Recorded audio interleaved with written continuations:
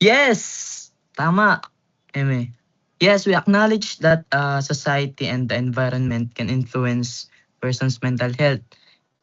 Madaming mga activities na tumutulong para ma-cure ng depression. But they are not the root cause in every case. Depression is a mental health disorder that involves brain chemistry, as genetics, emotions, and the way a person thinks and processes experience.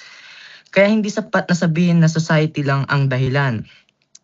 Society may trigger depression, but psychology explains why one person develops it while another person in the same situation does not. So, kung social issues lang ang dahilan ng depression, bakit may dalawang taong pero isa lang ang nagkaroon ng depression, like si Samonte, nag-fail siya sa isang subject, na-depress.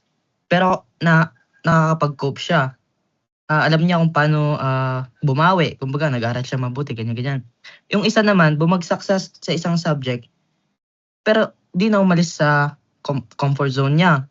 Parang hindi niya na ginalingan, nawalan na siya ng gana, kaya nagka-depression siya. So, bakit gano'n? May dalawang taong parehong pinagdaanan pero isa lang nagkaroon ng depression.